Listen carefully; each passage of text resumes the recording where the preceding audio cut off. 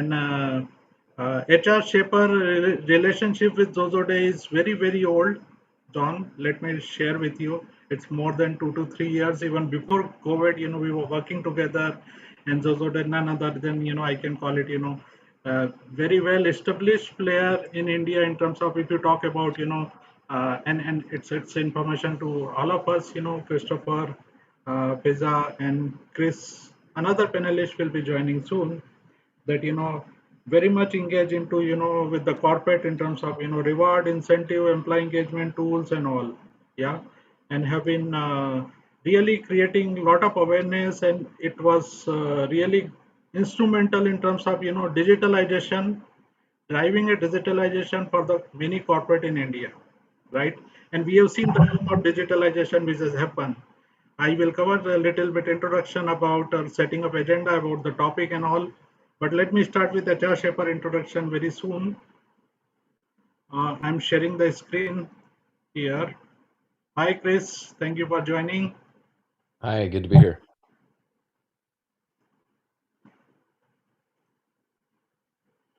Okay, so I hope the screen is visible now. It's going into presentation mode, right? You're there. Yep. Yes. You're there. Okay, great. So this is what is the why we are here today, and the topic is really interesting. How CHRO are driving transformation that drive business outcome, expanding their focus, and extending their influence through work technology. Very long topic, and in last 1 and 2 years, we have seen digitalization. The workforce technology is really always on top of the agenda of everyone. It reminds me of two statements. One is, who drives the digitalization? You must have seen one photo on the internet that, okay, is it CTO, is it CEO, it is CHRO? Then the fourth one is the COVID, right? And another one, it reminds me that before COVID, especially CHRO, HR head, and Christopher, all the chief learning officer, also the learning and development head, were after leadership, were after CEO, that okay, can we invest in the technology?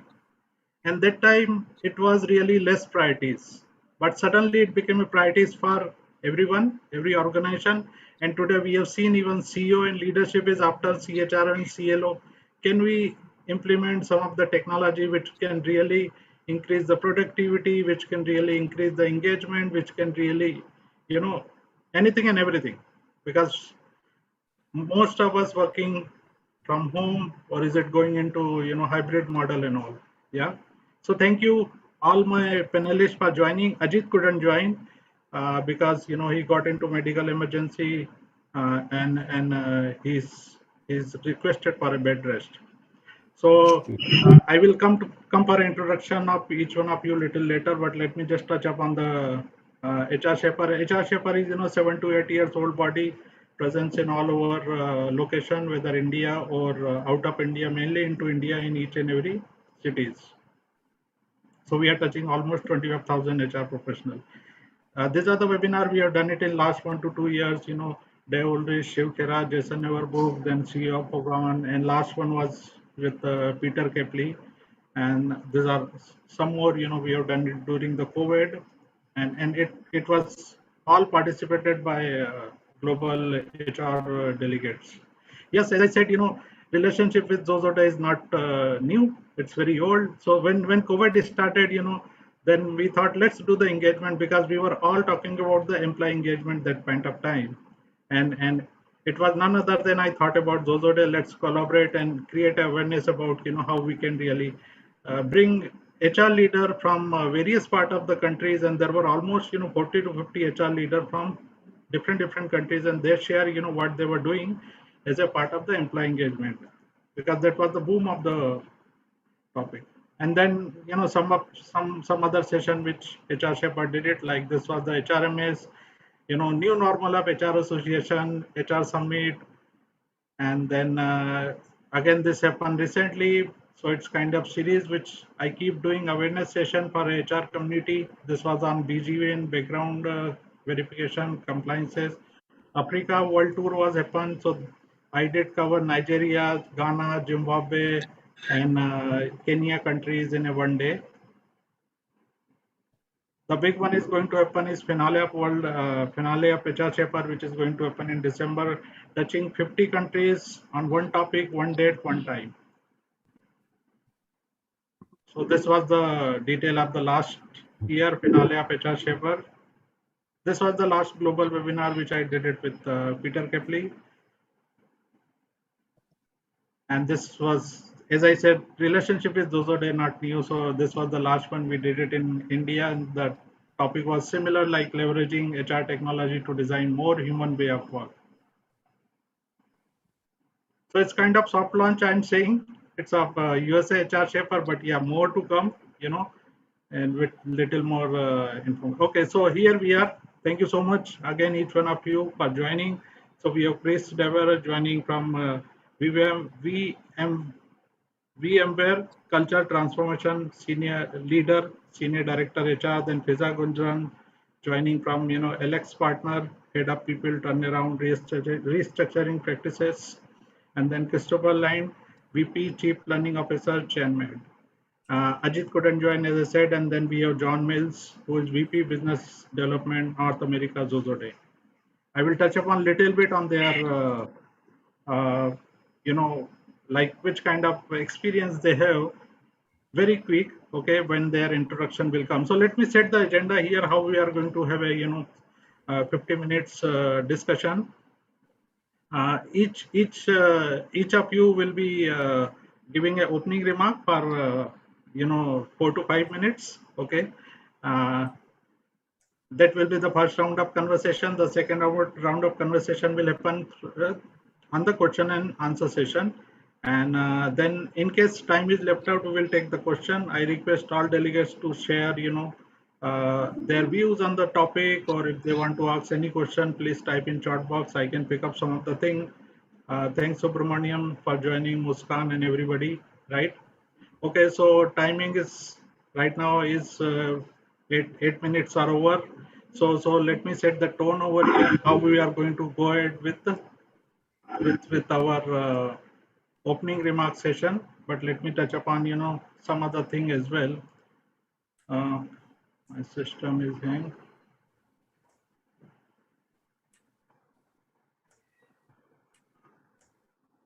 Okay, I'm sorry. Okay,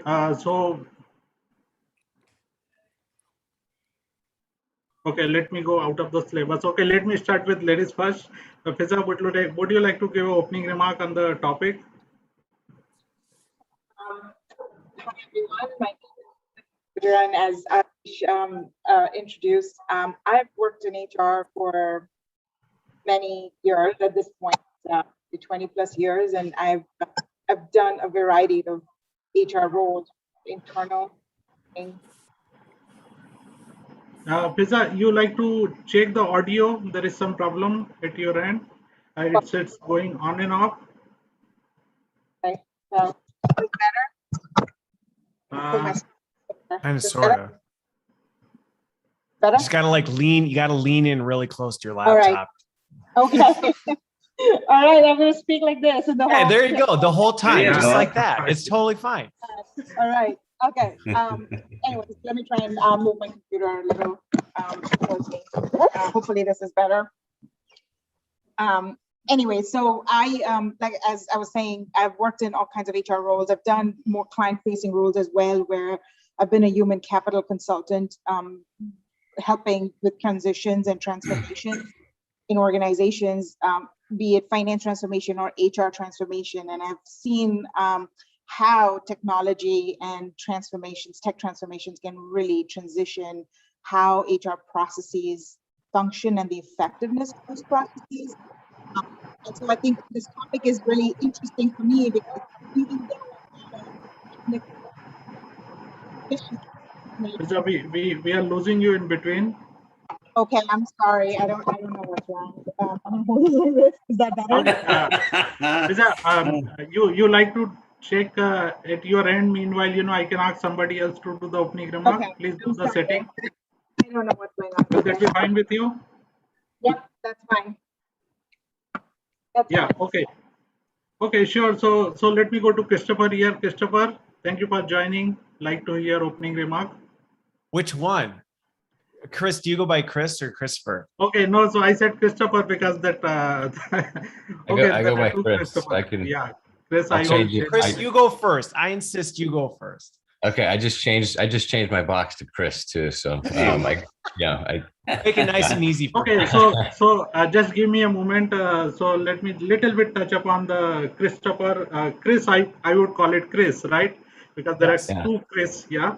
So we have two Chris on the panel, and here is who's culture transformation leader, senior director HRV, Emware, and he called cultural transformation leader, co-creation, leadership development, work in Apple, ex Disney. Then he has a total 20 year of experience.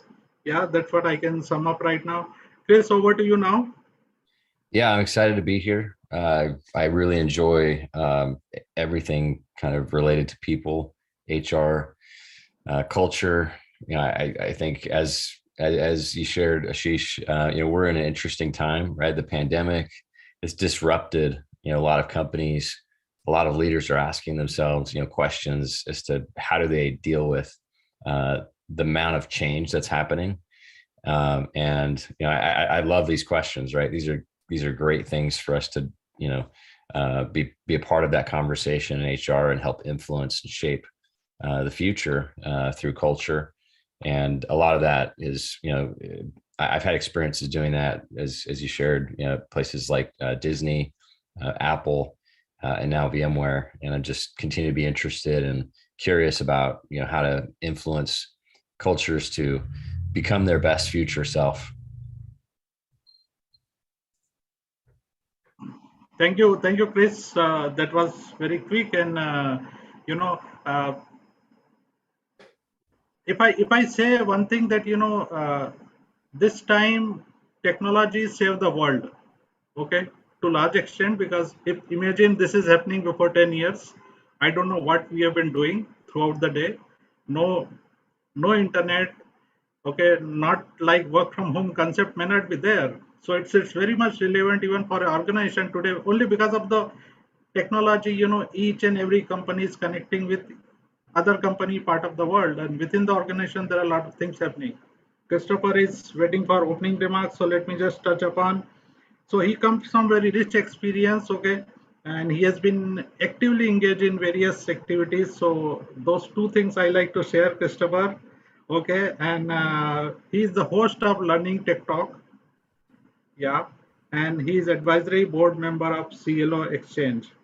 He worked in a previous company. I can pick up 2, 3. He was there with GE Healthcare for 4 to 5 years. Then ABB, SourceMate, and he comes with the experience close to 20 years. Christopher, over to you. All right. Yeah. So I'll be quick because I'm looking forward to getting into kind of the discussion side of this. So interestingly, I'm on a lot of HR panels, but up until recently, I actually never was in HR. I was always on the business side of the house, in the people development side, but always at the intersection of people, technology, and operations. So the topic for me is perfect because I really enjoy kind of talking about how is technology changing what we can do with people, and how is it doing it in a way that's actually meaningfully adding to the business. I think sometimes it's easy to get caught up in the ethereal possibilities of the what if without always grounding it in, so what's that actually going to do? So I love talking about this stuff. And what's been interesting about the last 18 months is everybody was looking at this stuff going, look at all this new stuff. And in many regards, it's like, this has been coming for us like a freight train for the last 10, 15 years, and it all just hit. So I think there's a lot of people in the space right now that are grappling with what do we do? And any opportunity I have to collaborate with other leaders on how are you knocking transformation out of the park, but doing it in a way that's adding to people and the organization is always fun. So that's it. That's all I got.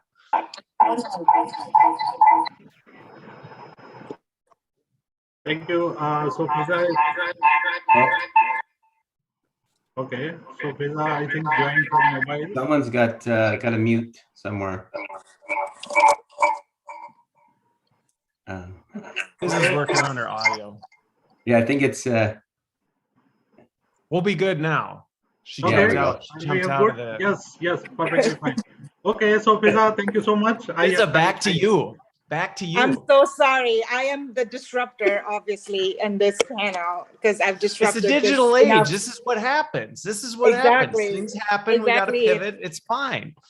So now Okay. I'm on my cell phone. Hopefully you can hear me much better. Yes. Wonderfully. So much better. So Fiza, let me cover, a few things about you. So yes, she's head of people. Uh,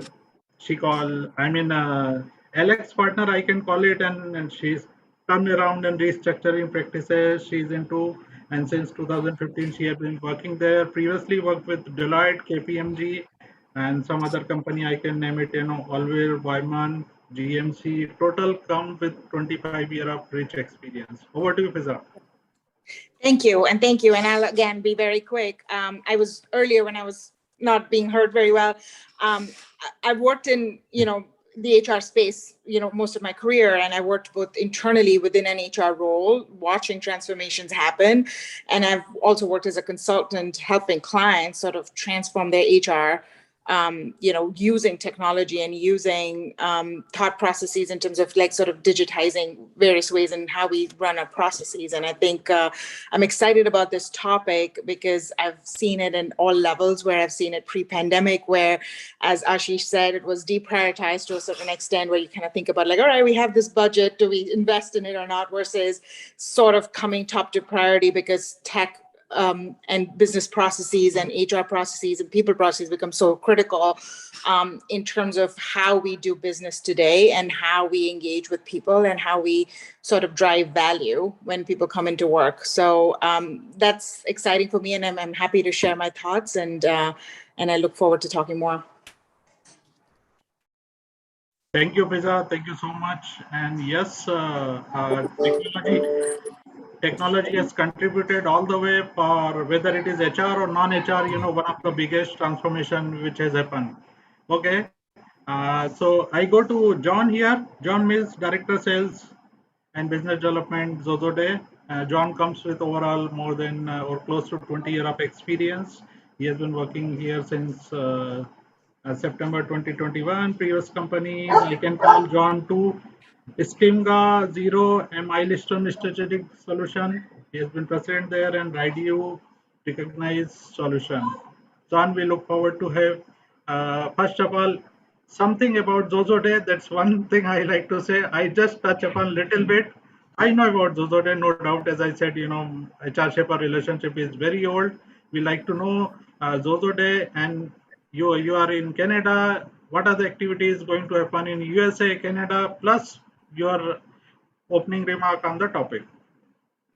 Yeah, thank you. I'll make it also brief because I think everyone's sort of, even the people out there, good afternoon, good morning, and good evening you out there. I'm sure people want to start hearing some things from us, but just to give you a bit of background, Xoxoday has been in the digital reward business for a long time, but that morphed into more looking at how we embrace folks, how we motivate people, how we build culture, and how we help build engagement. And the last 18 months has showed us from a culture perspective how important our programs are with respect to engaging and rewarding and getting feedback from employees from a pulse perspective.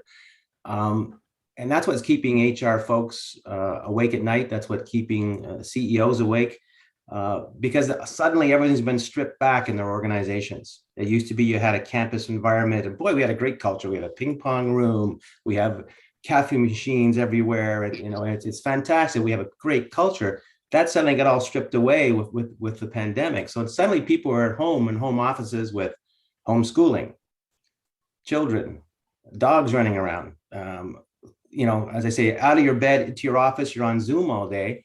And there's really very difficult to build that culture in a hybrid workforce. And that's where our platforms have come in to help folks. We look at engaging folks on a social perspective. We look at how do we motivate and recognize folks for behaviors and living our values.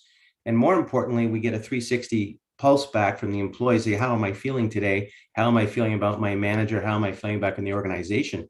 And so you can really influence your net promoter scores.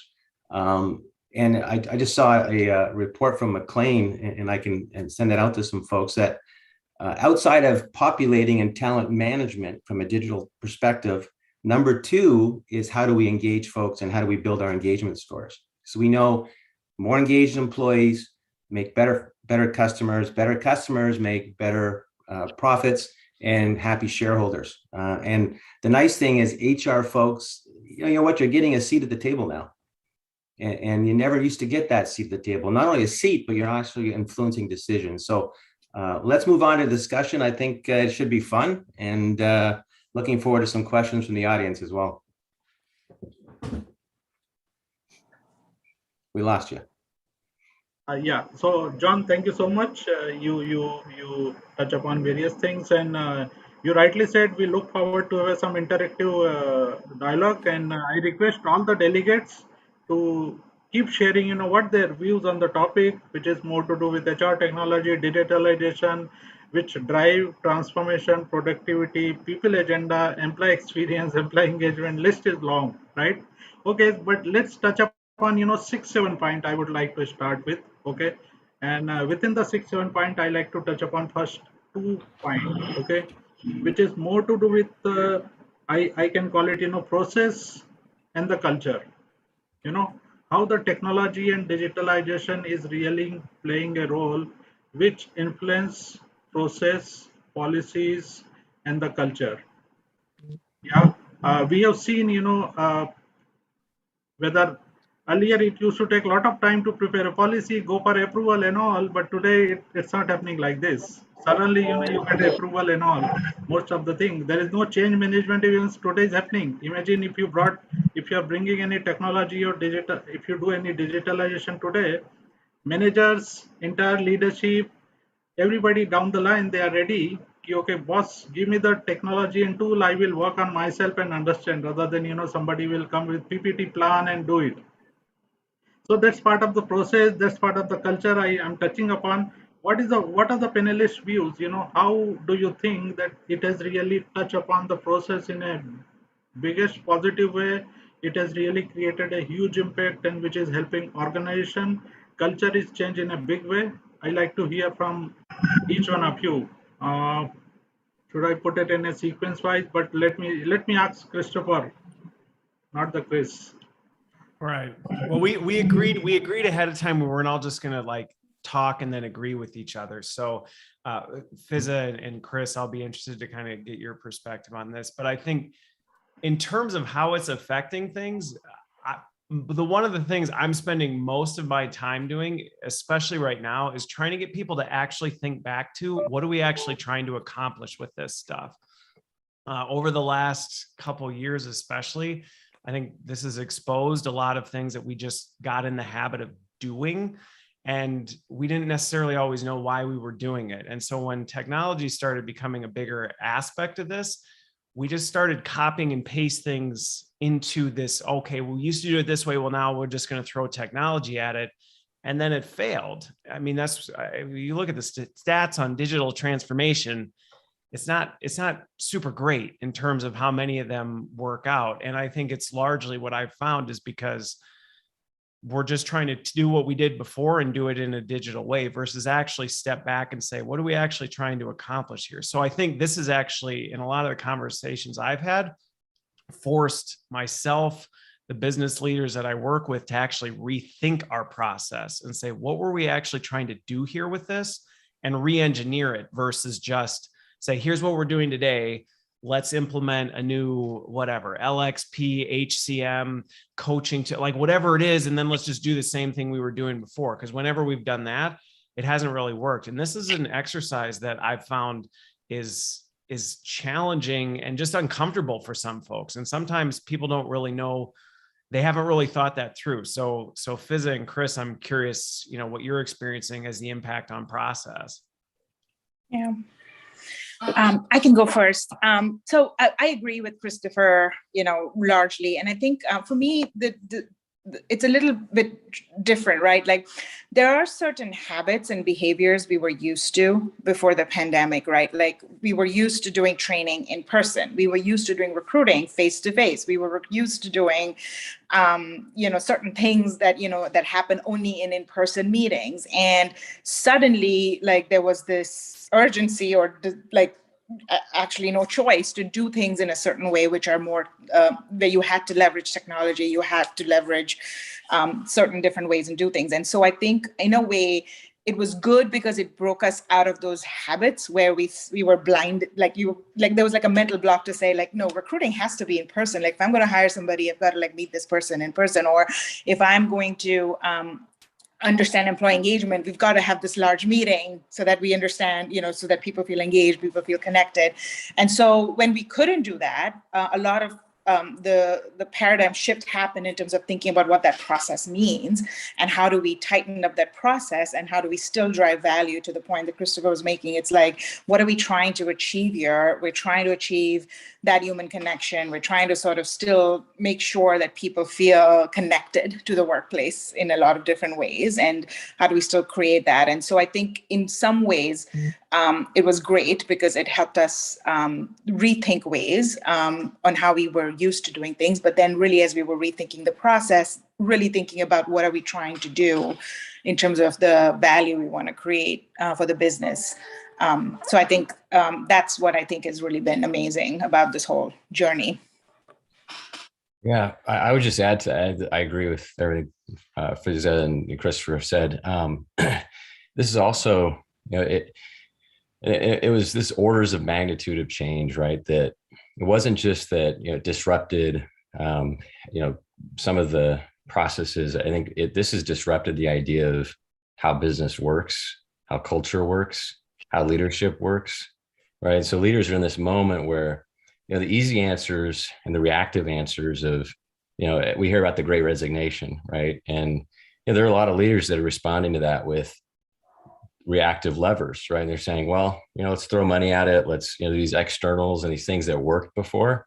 Wrong answer, right? People don't like the new experience that people are having is work is literally coming home to them, right? So they're having these calls in their home, and they don't necessarily want, the influence, a negative influence or the things that, would hold them back or feel like they're micromanaged, or that, it's a traditional version of business that they didn't like, right? So, it's not exactly a Me Too level movement, but there's definitely a feeling among people in their personal lives that, they appreciate having more time with their families. They want, we want to have opportunities where we feel empathy, right? We feel connection. We feel that, there's a sense of purpose, right, in our work. And so I think that's a huge opportunity for leaders to, you harness, technology processes, look at all of it, right? Reimagine meetings, right? Yeah. Meetings don't have to be download sessions. They don't have to be an agenda that's very one directional. People are tired of that, right? And it's exhausting. I mean, Zoom calls alone can be, the struggle is real, right? You get to the end of the day, and you're like, wow, like, my eyes are burning. I got to go on audio, right? So part of it too is, how do we reimagine how things happen more conversationally, bring ourselves to work and feel like we're being appreciated. And not just that, but the foundation for building, right, is, I think we're shifting out of this kind of expert model of, answers first and more about questions first, right? Inviting conversation, being open to changing our minds, right? Inviting every perspective. And then as we do these things, the sky's the limit, right? We can start innovating in ways we never have before, right? You asked about technologies. I mean, there are technologies that are facilitating this where, I've seen, just an example, and when we think of, wow, Zoom meetings, you go to 2-3 hours, that could be a lot. But I saw, this team we worked with, they did an 8-hour offsite on Zoom. And this was all, basically a retrospective of the past, perspective, kind of team building, and then looking ahead to the future. And what you would imagine, after 8 hours on Zoom, people would be dying. The way they designed those conversations and the way they brought the humanity to their work really made a difference. So you had 8 hours that were actually really engaging. People by the end of it were ready for more. So you can do things, and part of it was using Miro, right? These interactive collaborative tools that helped with that. But it's just one example. Don't you think though with that, and again, sorry, I love these like back and forth things, but with what you're saying with that, Chris, I think this is one of these things where a lot of times there wasn't a lot of intentionality put into what we were doing before. So again, with meetings, people say like, oh, Zoom meetings are bad. Well, no, meetings have been bad for a long time. I mean, when you went to a meeting and sat and listened to somebody talk through a PowerPoint while you're that was bad whether you sat in a conference room and got bagels or whether you did it on Zoom. And I think this has forced us to look back at that and go, okay, meetings kind of sucked. So what can we do with meetings to rethink meetings and go, do meetings really have to be what they always were? And I think this is where technology is exciting in the sense that the rules of, well, we just have to do it this way. Like, no, you don't. Says who? But breaking that, I call it the Stockholm Syndrome of, I call it L&D, but it's kind of this Stockholm Syndrome that we sometimes have where it's like, well, we just got to do it this way because that's how we've done it. And you're like, no, we don't. Yeah. But you've got to take the time to think through, what are we really trying to do? So like that Zoom, 8-hour Zoom thing, I've had that in learning and development where people go, you can't do virtual for more than 90 minutes. Nobody will stick with it. Yes, you can if you think about what are we really trying to get people to do? And then how do we do different things to maximize that? Instead of, if you pack people in a Zoom room for 8 hours and bleed their eyes with PowerPoint, no, it's not going to go very well for you. Yeah. You've highlighted, right? It's reimagining those moments, right? And it's possible, right? Like, and that's an example. I mean, the other thought is like in meetings, you can have these chats that are kind of live, right? People are posting their thoughts, that they may not have done otherwise, right? And it's kind of a free form, conversation. And I'll tell you that the 8 hours of Zoom, it was just 3 activities. One was what they called the life story. And it was basically, a Miro board, X-axis and a Y-axis. And you just, chart one line, it's kind of the valleys or the mountains of your life. And then you Post-it notes for experiences you had, right? And people shared, they had their father had passed away, right, at a young age. And then they're having these conversations with each other for about an hour and realized how many things they had in common, all these life experiences they'd had, right? And it's charted out on this one board. It's very simple, right? And, to your point, Christopher was like, yeah, but how often did they have these kinds of conversations in meetings before, right? Never. And it was like, wow, like we can do this in our staff meetings. So they brought it there, right? And it really connected the team in a deep and meaningful way. So I think those are the things we can explore is, bringing, it's not about bringing tech to the humanity as much as bringing humanity to the tech. Yeah. So adding something here, Chris and Christopher, those are great views. John, I like to know because you're coming from a experience where you are interacting with the organization, industry leaders, and all. And this is more to do with process and culture. I like to know your views, but more upon I like to know that does technology, digitalization really improve the productivity in the organization because it's anyway everyday need, right? Does it really help in a big way where we can say, okay, suddenly, people become too much productive because of technology? Well, I think it kind of, that response kind of dovetails on the two Chris's. You have to be careful that the technology that you're using just doesn't make a bad process faster. Or you're not changing and talking to people and getting feedback about why are we, like you said, why are we doing this? At the end of the day, you task your managers, you task your employees to do certain things, but we're kind of in the same area we were before pandemic. The Great Resignation, that's just something that people have quoted now because more people now say, you know what, I have more time to actually reflect on what I want to do with my life and who I want to be, how my job is going to, I'm not going to work to live, like I'm going to live.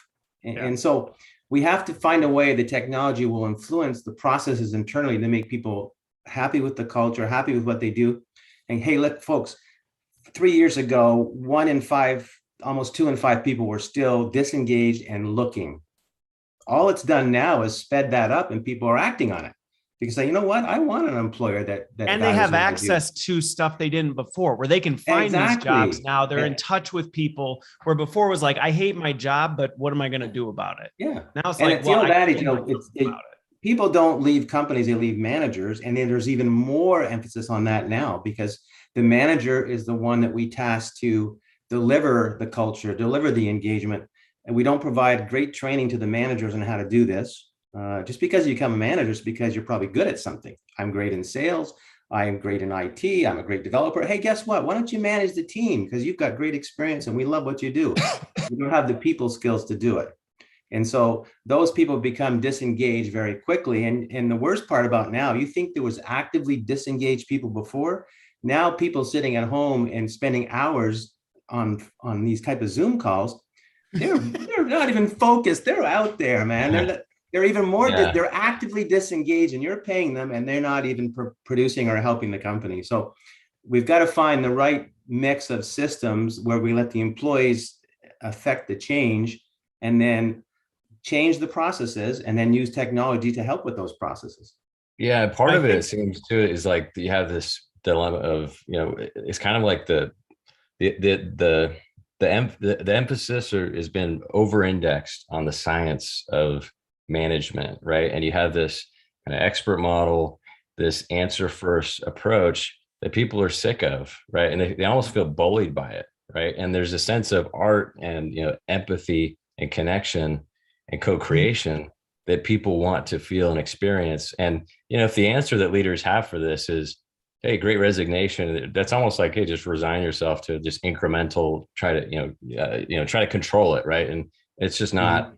The real question should be is, hey, how do we make this the great transformation, right? And for leaders personally, to your point, John, it's asking themselves, that mirror test, what am I going to do differently as a leader, right? And go deep so they can go, higher, right? I think that's, it's not gonna be answered with the surface stuff anymore. They've got to go deeper, I think. Yeah.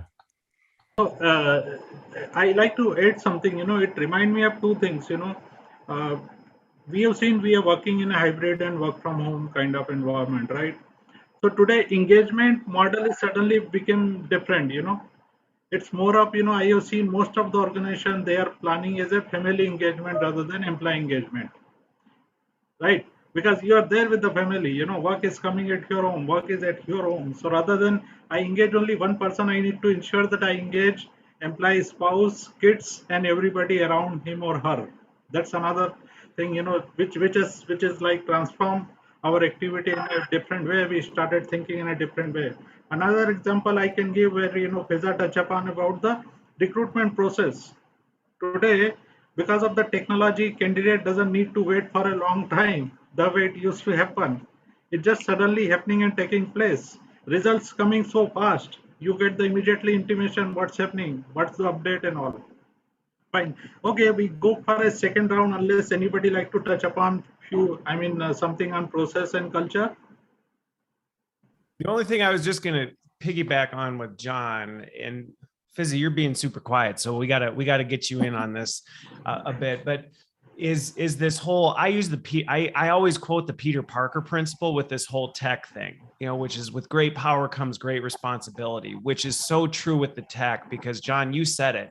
Technology is either just going to royally screw everything up much faster and much more efficiently than it did before, or it can do amazing things and completely transform it. Ashish, your example of recruiting. If your recruiting process is a train wreck and you throw AI at it and you're like, hey, can we do this? You're not even going to be able to keep up. It's going to be engaging and passively sourcing candidates faster than you can even bring them in. And you're going to create a terrible new hire experience or employee experience, versus if you're like, okay, this is what we're trying to do. How do we scale it, or how do we make it more effective? Or, how do we democratize it? To your point earlier, Chris, so, you can touch more people, reach more people, connect with more people than you ever could before. That's great. But if you don't know what you're trying to do with it, that can also be pretty terrible. So Christopher, you are from a learning and development field, and I have seen most of the company, they are using virtual reality. Yeah, VR and AR actually to train the people. Like we don't need the training room. You just need, wear it, and then you get to know how the person will be, whether he can perform in certain environment, the attitude, the culture, the action reaction. What's your views on this? How much technology is really helping to upgrade the skills of the workforce? Realistically, I would say we've got a long ways to go with this, because in many regards, this whole what are we actually trying to do from a skills standpoint, there's a lot of work that has to be done with this. So the metaverse is a big thing right now. Everybody's talking about the metaverse and what we can do with VR. And then they're still thinking about how can we host meetings in it. And there's a bit of, okay, that's not how skills are developed. So can the metaverse accelerate skill development? Yes, but you have to think about how are skills built, and then how do you use the metaverse to do that kind of thing. So yeah, I think a lot of these tech pieces from a skill standpoint, we weren't doing a great job of it before. Shipping somebody off to, I was at GE, shipping somebody off to Crotonville for 3 days and sending them back, it didn't work 30 years ago. It doesn't work today. And so simply trying to do that in VR isn't going to build skills. Now, can we do it well, better? Yeah. But I think, again, going back to this piece of we've got to figure out what are we trying to do and be really laser focused on that before we start layering on AR, VR, all these things. And again, I've done some amazing things with VR and AR that allowed us to do things that would have never been possible 15 years ago, but we had to be crystal clear on what are we actually trying to do with it. True. Okay, let me go to yes, Chris. Yeah, you wanted to say something? Yeah, I was just going to add to that. I've been in these demos, right, where you get in a room and it's virtual and it's kind of the second life experience, right, to Christopher's point. And the selling point is like, hey, look, we can do something novel. You can have this experience that's different, right? And I just kind of go back to like, well, it's already different, right? I'm on Zoom, right? I'm on a call. Like, why would I want to build something extra, like another layer, right? And then it's an avatar. It feels a little impersonal. There may be opportunities for things like that emerge that will be useful. But I think to his point, we don't want to get distracted away from, the grounding ourselves in as much of the reality of how do we connect, right? How do we have that, or bring our heart and connect in that way and have people, because I think the main question is like, what do people need to feel, right? If they're getting away from that, the tech's not helping us then. Yeah. Okay. I'm going to Feza right now, and Feza, one question which has come, and it is related to the question which I was supposed to ask. This is more to do with employee experience and the challenges. What organization is facing when it comes to the technology implementation, right? Okay, because like if my laptop is not working and I'm in the office, I can suddenly go to IT department and check it out. But it's not the case in today's scenario. You're at home. You need to do what you only can do it. Correct. That's one thing. So, Speza, your views on the implementation of the technology, challenges, opportunity, whatever you want to say, then followed by other panelists, can give the views. Yeah, look, I think it depends on what you consider tech, right? So if you say, do I have a working laptop and can I connect to an internet, and is my organization providing me with a high-speed internet enough to like use Teams or Zoom, or like, for instance, you can tell like my Zoom was not working today, right? And I had to figure out very quickly to get on my cell phone, and luckily I have a cell phone or laptop or another iPad to work out of. So I think like the basic operational technology is one thing, which I think is easy and it's quick, and organizations just, it's a very straightforward path, right? But when it comes to sort of saying, okay, what do we do more, right? Are we going to do surveys of employee engagement? Are we going to do virtual reality for our learning and development? Are we going to do certain kinds of things, post, or do we do like Zoom happy hours, for instance? How does that sort of add value? And I think that's where I think the challenge becomes, because you want to invest in something and you want to understand, okay, it's going to cost the organization X amount of dollars, but what is the value I'm going to get out of it, right? I'll give you an example, right? Like we talked about recruiting.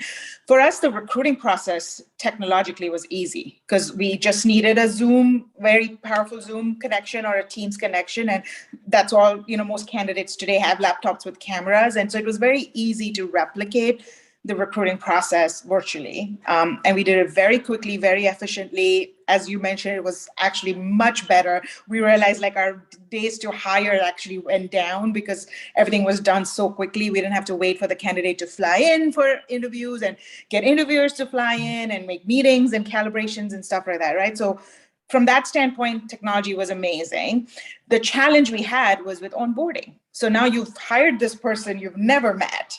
They've never met anybody in the organization, and now you're expecting them to become a part of your culture, which normally that's where the human touch was missed, because normally when someone was hired, they were invited to lunches and they were invited to come in for an orientation day where they spent the day in the office and they met people and so on and so forth. So all of that is not happening, and that's where we need to figure out what kind of technology investment do we need to do? What do we need to do for onboarding? Do we need to create some sort of like employee journey or experience that everybody sort of thinks about what this means from an onboarding perspective? Or do we need to do more in terms of engaging? Do we do evening Zoom calls for new hires? Or do we figure out a way to do other things use technology in other ways to sort of create that onboarding experience, which is now missing the human touch? So I think that's, personally for me, as an HR practitioner, that's where the challenge has been, where the basics are easy, but then how do you sort of really figure out what's really missing because we're not meeting in person as much, and how do you sort of bridge that gap? So that's really my perspective. Yeah, and I would just add that, let's face it, I mean, our HR tech folks internally 18 months ago pivoted fantastically. I mean, we had the tech and we got everyone connected quickly, but we didn't think about, now everyone's connected, everyone's working from home. How are we going to manage the business? How are we going to onboard people? Having a great applicant tracking system is great, but now once we get through the hiring process, how do we make them feel welcome? How is the manager going to speak with them? How do they get involved with our teams? How do we get feedback from the people that we've hired? So it's not the tech, it's how we're using the tech to influence the culture in our organizations. Mm-hmm. That's true. How you're using technology, that's more important, John. Christopher, your views on the challenges, opportunity, employee experience, mainly I can call it. I mean, I think some of the challenges are just getting to the bottom. So one of them is the experience is so personalized for everybody. When people say like, what is the experience? I'm like, well, it's how people feel, and trying to understand how people are feeling is a lot harder than we sometimes give credit. I mean, it's part of the reason I've stayed in the HR people field. To me, it's far more fascinating and complicated than anything with tech, because tech is predictable. People are not. And I think that's one of the challenges, is what you think may work in one situation where you go, hey, this worked really great over here. Let's just like copy and paste this in this next situation. Like, well, it didn't work. And why? Well, because people are the X factor. And I think that's one of the things that we're constantly trying to look at with the tech, is how do we mitigate that X factor and actually make transformation that sticks? And again, I think that's one of the, if you love it, great. We've got a long ways to go and there's lots of challenges ahead. If you don't, and you just want to be able to kind of like be comfortable, this is not a good field to be in right now. I would agree completely with what Christopher just said. I would also add too that, so it is complicated in the sense that, people are complex, there are challenges that they face that are very different, right? There's a spectrum of things, and we have to, consider that, right? That's a big part of being a leader and how cultures, should work. I think the other piece is there's also this kind of beautiful simplicity, right? If we zoom out and we say to ourselves, okay, how do I experience these things, right? What is the feeling there? I mean, I think it's as simple in some ways as, if I, as a leader in my home, right, with my kids, if I'm approaching it as it's all directive, it's a control environment, I just tell them what to do, they go, like, it's not very engaging for them, right? Rather than, or in contrast to, hey, we have a conversation, I ask them questions, we co-create, maybe work on projects together. There's a flow that's very different, right? And then it starts to create a culture in a home, in a family. In a very similar way, any company, any team, this is an opportunity for them to say, hey, how do we live our principles that we truly believe in, right? And how do we embody those in a way that inspires people, right? That's, I think the question for leaders isn't, hey, how do I retain my people?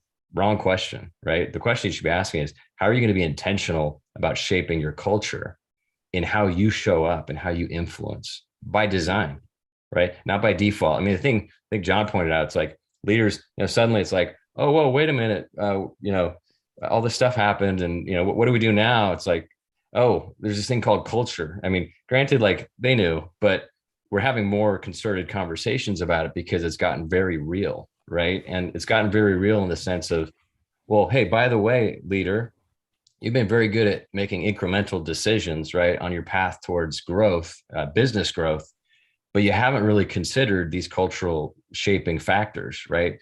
And these are like years and even decades of decisions sometimes. So you can't just be reactive to answer to that and say, hey, I just pull a lever and it's going to fix it. No, this is a long-term play to say, okay, let's get grounded in what are the principles, right, that are going to shape this future, and then start to live them, right, embody them as a leader. And so it's a longer term thing. And then when you add to that now historically in some corporations, we have upwards of 5 different generations working in the business, from 18-year-olds to 70-year-olds that are working in the business. So how do I adopt policies that are going to be just as important to someone who's 18 years old, and I almost have to make specific to them, versus someone who's in their 60s that I really value their opinion and their mentorship to help grow our business. So we have to have systems in place that can help everyone. And that sometimes gets lost because all we're thinking about is the big picture. This is the system we need. It's going to drive business and we're going to make more money. So well, not to mention the global and cultural differences. I mean, there's that whole other, and as we're becoming a more global organization and the fact that we're working across, country lines on a regular basis, things that are commonplace to one area and another is, I mean, it's adding a lot of complexity to this. Not just generation. You got all these generations that have different perspectives and different comforts, and then you've got all these cultural differences, and then you got people trying to bucket everybody into these nice, how do we cast the widest net? And it's like, you don't. I mean, not well. So one question, that when technology and digitalization is being proposed, or if organization is looking for, what they look as a first priorities? Do they look as a, okay, this is the need of an hour, I'm not concerned about productivity, business outcome, or I want people to have a touch upon XYZ because everybody is giving such kind of technology and all. What's your views? What are the leadership and CEOs agenda in terms of technology and digitalization? What they think? Do they really look for ROI also? Yeah, I can go first. Look, I think this is a question that always comes up, right? Like as when I'm in my role in a people leadership meeting, and there's like, oh, there's this software that can do this for us, or this package that can do this for us if we upload this tech. And I think one thing that we're both challenged, and I think I want to ask is simplification. And I cannot emphasize enough simplification of processes. Like, I feel like it's my mantra, right? And I say, one, like if it takes me 5 steps to get a process done, the technology should cut that in half, but not only cut it in half, but it should also make it more effective. So it's efficiency and effectiveness combined. So if I have to do the same sort of time frame to get something done, or if I'm going to like drive the same results of this, like that technology implementation is not valuable for me. Mm-hmm. So, like a new performance management system, right? Like if I can do the same thing in a form and then in a Word document where I ask 3 questions and ask a manager to fill out, and we just like sort of store that somewhere.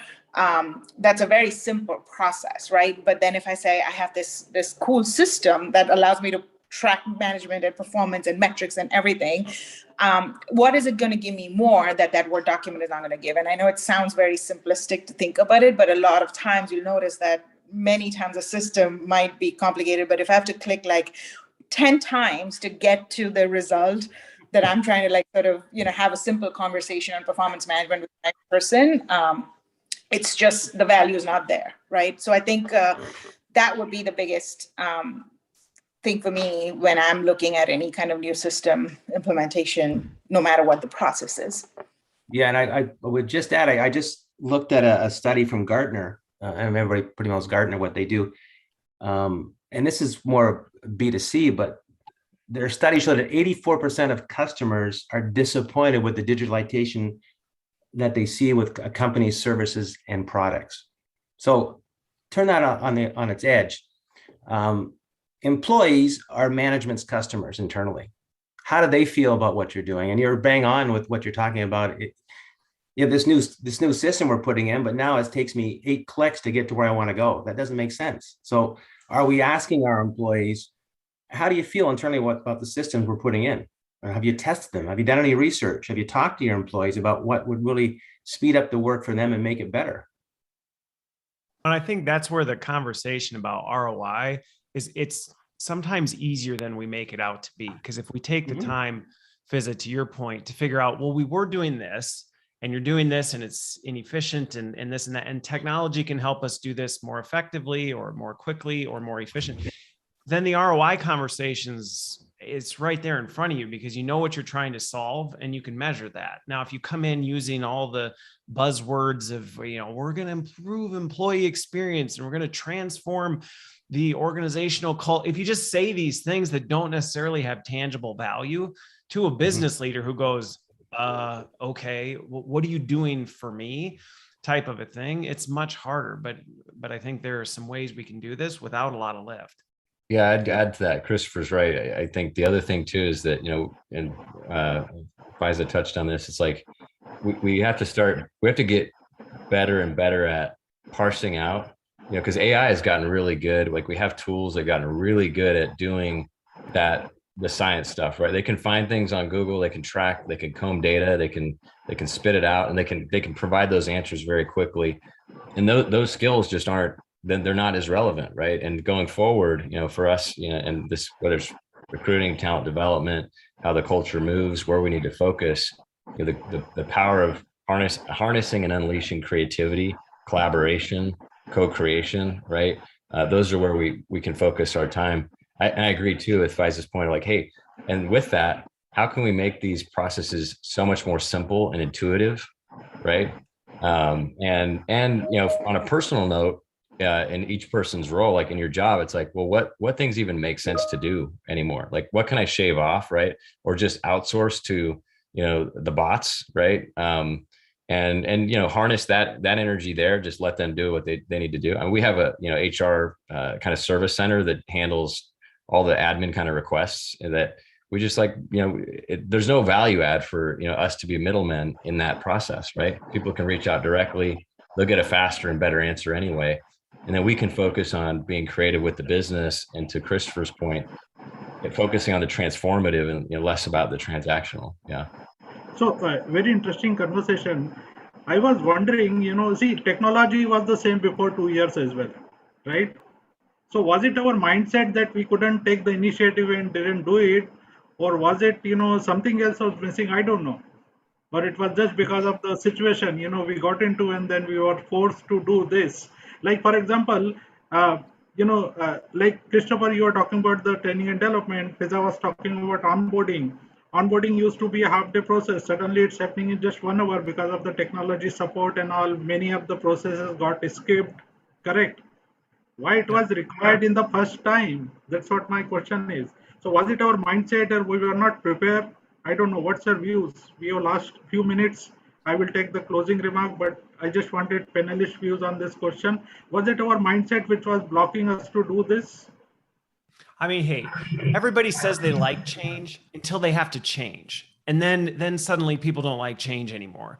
So I think some of it was this we kind of knew, and I think many people have said, yeah, we really should, but it just fell to the bottom of the priority list. So was the last 18 months the kick in the pants that many people needed to go, all right, like we have no choice but to change. It's not a nice to have. Now, granted, I think where we go with this, there is a lot of limiting mindsets that I see that we put on ourselves, where we go, well, I just can't, or we do a lot of that. And I think that's where we have way more opportunity to say, what would we do if we could do anything, instead of, well, what can we do with what we have now? Like, well, that's a flipping the script. That's just my thoughts on it.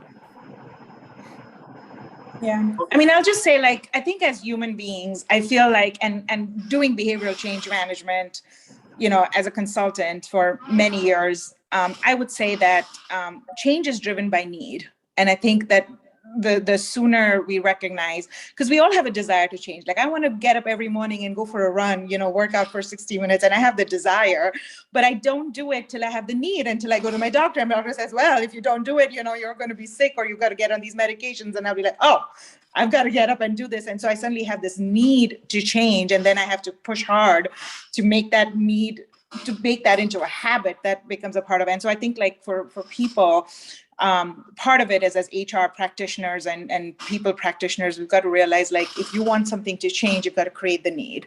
And until we create the need, it's not going to happen. And so before the pandemic, we didn't really have a need to change it, because we felt like it was the way of doing things. You know, that was the mindset. And even though there was a desire to say, well, it would be great if we did it this way, we didn't create the need. And so I think it's really important that we think about what the need is, and you know, think about all the things that it'll drive value, right? Like, if we have clear metrics of, like, we're going to save the money XYZ in terms of cost, or we're going to change the returns and so, or here's some KPIs that measure, like, here's why this thing needs to happen or this needs to change. It's easier to kind of create the need around it, and push the change forward. So that would be my 2 cents on what we should be thinking through going forward.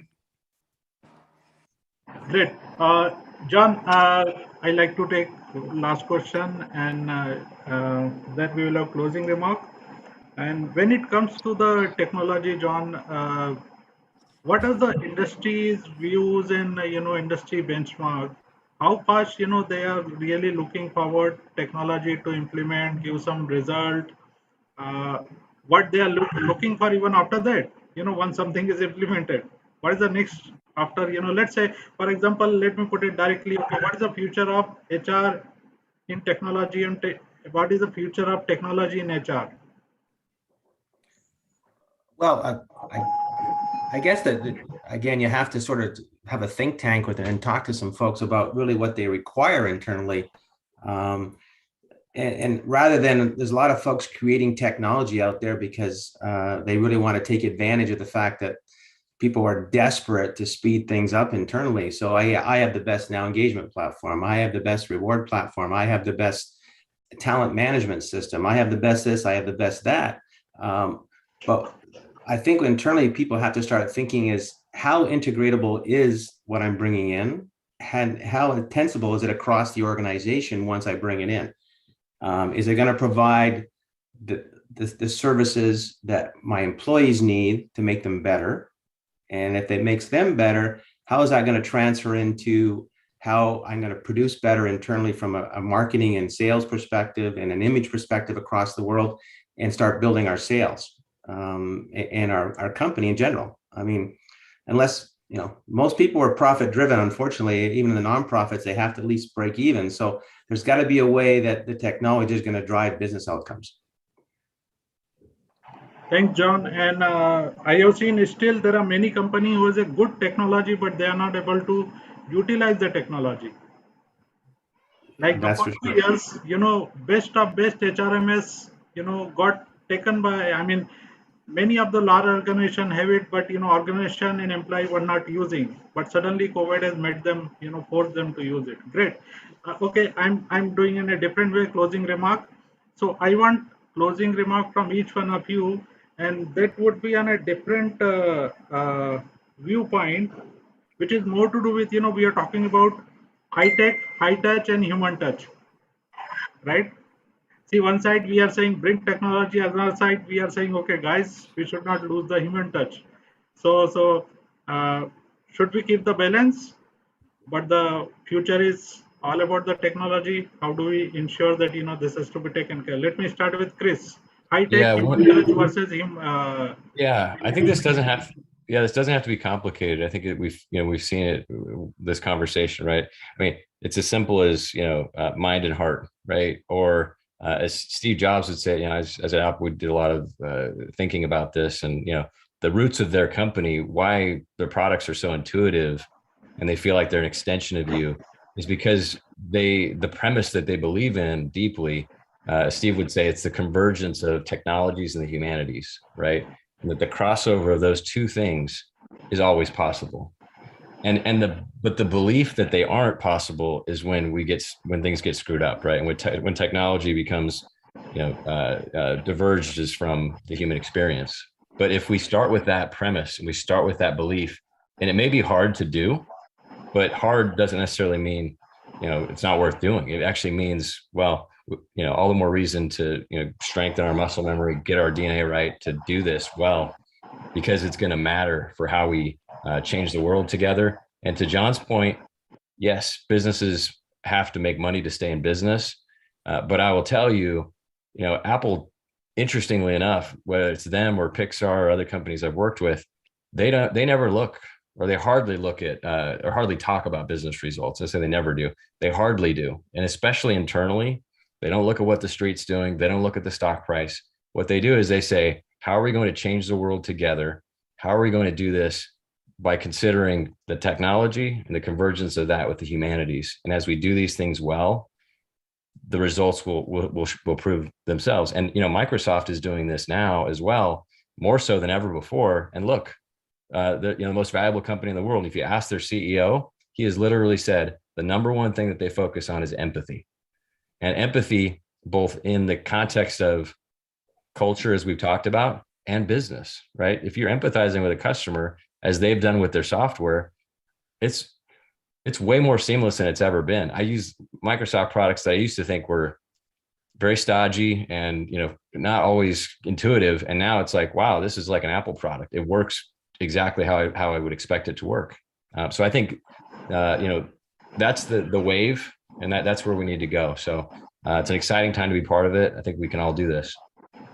Yeah, Chris, actually, I forget to use the word empathy, and that's what, I was asking, high tech, high touch versus human touch, right? Christopher, over to you as a closing remark. So I think mine will be quick, is just the fact that I tell everybody that I talk to is that this whole idea of technology and humanity is not a dichotomy. It's not an either or. And I think that's one of the mindset shifts that we need to shatter, is people think, well, do we make this investment in tech, or do we make it and focus our attention on humanity? And it's both and. When you do it right, it's a both and exercise. It's not a matter of choosing which do you preference. It's really both and. And I think that you break that mindset, suddenly you start looking at things completely differently. Great. John? Yeah, I guess on the human side of things, that's kind of what we do at Xoxoday. So I'm going to touch more on the human side, but employees 50 years ago aren't much different than people are today. They want to do something that they're passionate about. They want to be recognized for what they do in an organization. And they want to be asked about, am I doing the right thing? And how am what I'm doing influence the company? Do I mean something to the company? And that's where the culture comes from, right? You start recognizing folks for great behaviors, living the values, and then appreciating them. Whether you turn the lights on in the morning or you're at the CEO suite, you've got to love what you do, and you have to be recognized for what you're doing. And you're going to pass that recognition on internally, and your culture is going to drive performance. It's pretty simple stuff, but there's a lot of things in between there that can throw it off the rails, right? Thank you, John. Biza? Yeah, I mean, I think the only thing I'll add, and I agree with all what the panelists have shared, the concept of well-being, employee well-being is at the forefront, at least from, for Alex Partners, at least where we're working. It's thinking about what a well-being means, and well-being a couple years ago meant something different, where it was like well-being is, more a health and benefits sort of thing, right? Like you have your well-being, but now well-being is so embedded into what we do. And if you think of what technology is going to be able to do, like we talk about employee engagement, and we now have gadgets that you can put on your hand, and it tells you when your stress levels are high, it tells you when your blood pressure is high, it tells you you're sitting in a meeting, and that could be connected. And I get there's an ethical parameter of what health information goes to employees, but like there could be a lot of cross-pollination between what we consider your human information in per se, or health well-being information, to what we collect as well-being for our employees, and making sure that they're happy at work, right? And what does that happiness mean, and what are people willing to share in order to let their employees know what happiness means? So there's a lot of